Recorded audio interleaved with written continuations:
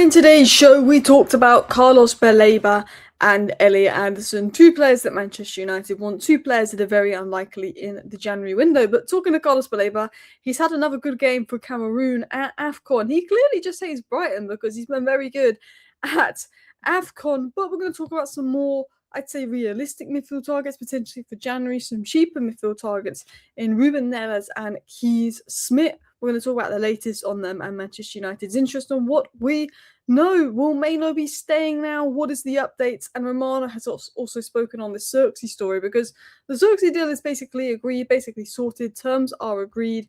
And Fabrizio Romano has given some interesting updates on that and what the latest is. So, hello, and welcome back to Alice Talks Football, and welcome back to your 10-minute Manchester United news, transfer news, and update roundup show. If you're new to the channel, every single evening on the channel, I do a video where I round up all the latest Manchester United news and transfer news into 10 minutes for you guys. Amad has also scored another goal at AFCON, 2-2 versus Cameroon. What an AFCON he is having. He's balling out at right wing, which is kind of why I want to see Amad at right wing in a 4-3-3. I can't lie. But let's dive into the news. Let's get into it. So we're going to start with Ruben Neves. Now, Baleba, Anderson, Walton, that's who Man United are dreaming of. Man United don't believe they can get them in January. Ruben Amorim's made it clear he only wants long-term signings. He wants signings he wants in January. He doesn't want to bring anyone in for the sake of it because it's cheap or because we're thin or because we've got players injured. But I feel like Ruben Neves is maybe one of those for the sake of it players Ruben Amorim would bring in, because I do feel like in the summer we're going to need 3 midfielders, and if you can get Ruben Neves for 15 million, it's not going to really impact your budget from getting the other 2 midfielders you want. He's also Portuguese. We know Amorim has maybe a slight bias towards Portuguese players. And this is what Romano has said on Neves, who's been linked to United, who would love to join Man United, would love to return to the Premier League. He's not signing new deals at Al Hilal for a reason, because he's open to a Premier League move. Romano said this: Ruben Neves has not signed a new deal at Al Hilal despite proposals on the table for weeks. The current deal expires in June 2026, and several European clubs have started approaches over a potential move in January. So that's what's been said. Now, Man United have obviously approached his agents and his reps. We've not held any discussions about Halal. We've not held any real discussions for Ruben Neves. So there's no real concrete interest. But as a player, United are keeping an eye on. What I think is happening with Ruben Neves is I think he's maybe 3rd or 4th down Man United's list as potential January options. And I think Man United are going to weigh out their other options, just see what the situation is on Bruno's injury, on Mainoo and everything. And I think potentially they may make a late move for Neves if they feel that they need him. I think United aren't sure if they want Neves, but he did well in the Club World Cup. He does well for Portugal. I think United are basically weighing out a late move. I think that Man United are going to test the waters for Baleba. I think Man United might test the waters for a few other midfielders that maybe they like more than Neves, and potentially come back for Neves at the end of the window, who could be £15 million. The player is open to the move, but there is nothing concrete with United and Neves. But there is something concrete with Zirkzee and Roma. Man United's first bit of January business is basically agreed. It's basically done. It's just when Man United give him the green light to leave, which will be after AFCON. And I think United will give him the green light to leave, because I don't think he'd be agreeing personal terms with Roma if he didn't feel like United were going to let him leave. I think United have kind of been encouraging this almost, as long as they can get a good offer from Roma for a permanent deal where they can kind of get their money back. It has been said that Zirkzee already views his United spell as a closed chapter. You could kind of tell that in the last game. Yes, we didn't play to his strengths. Yes, he had an impossible job when he came on versus Newcastle, but you could kind of tell that he's kind of closed the United chapter. He's agreed personal terms with Roma for a January move. The transfer will wait until after AFCON. We're going to have Mbeumo and Amad back, but just because of attacking depth. But United will only accept a permanent deal to fund future transfers, and Roma have offered an obligation to buy with the total package worth €40 million. So we paid €40 million for Zirkzee.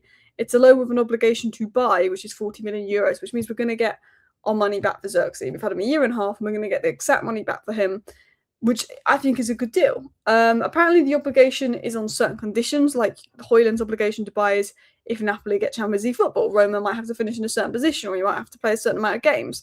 But United should be getting around 34 million for Zirkzee. I think United will let him go once Amad and Mbeumo are back, because I think they'll see 34 million for Zirkzee and go, let's take that, because he's not in Ruben Amorim's long-term plans, and that gives us more funds to invest in the midfield, which is a must. Romano basically gave an update on this and said Man United have received an official bid from Roma for Zirkzee via intermediaries.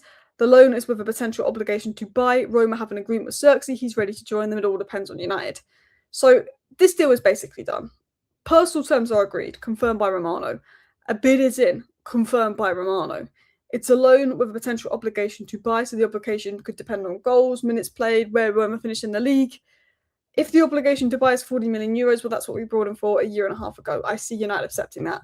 I think United are 100% going to accept this offer once Mbeumo and Amad are back. But I think they're just going to wait until Mbeumo and Amad are back because of depth.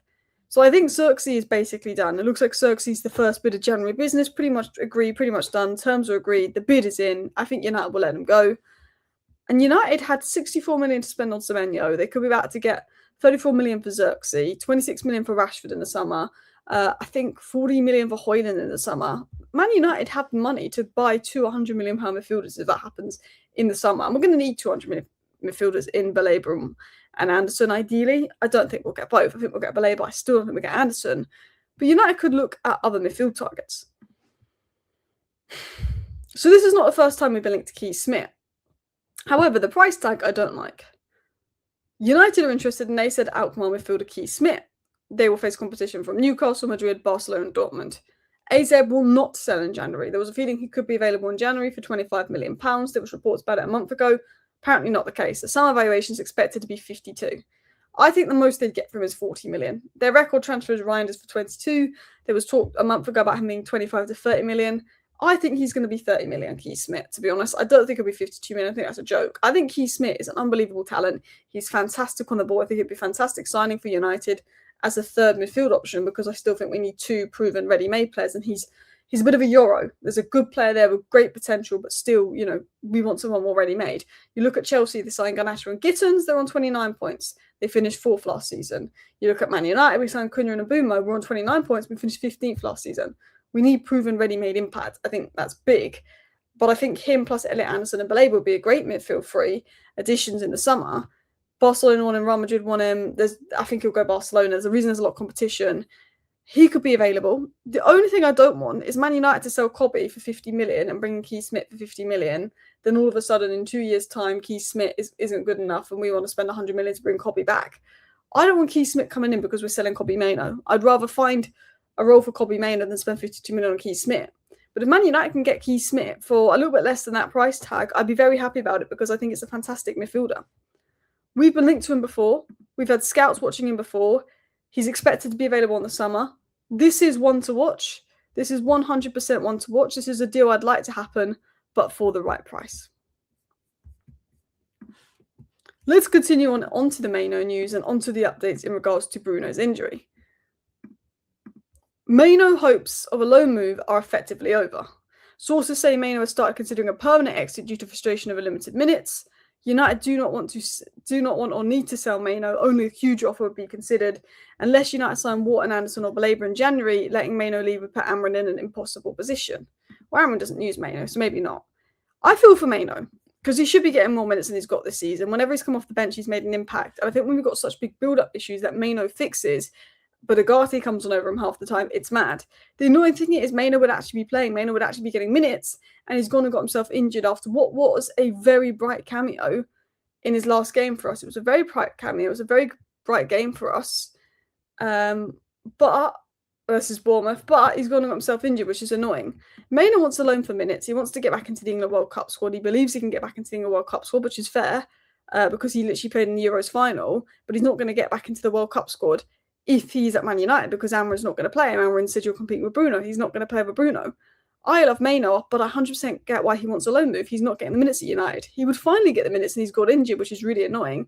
So he wants a loan move to Napoli. He's now considering a permanent move, which is worrying. Mainoo on loan, cool. Mainoo on a permanent, that is worrying because I think he's the type of guy that we could buy back. Like, I could see us trying to buy back Alvaro in 2 years for 50 million, trying to buy back Mainoo for 100 million in a couple of years.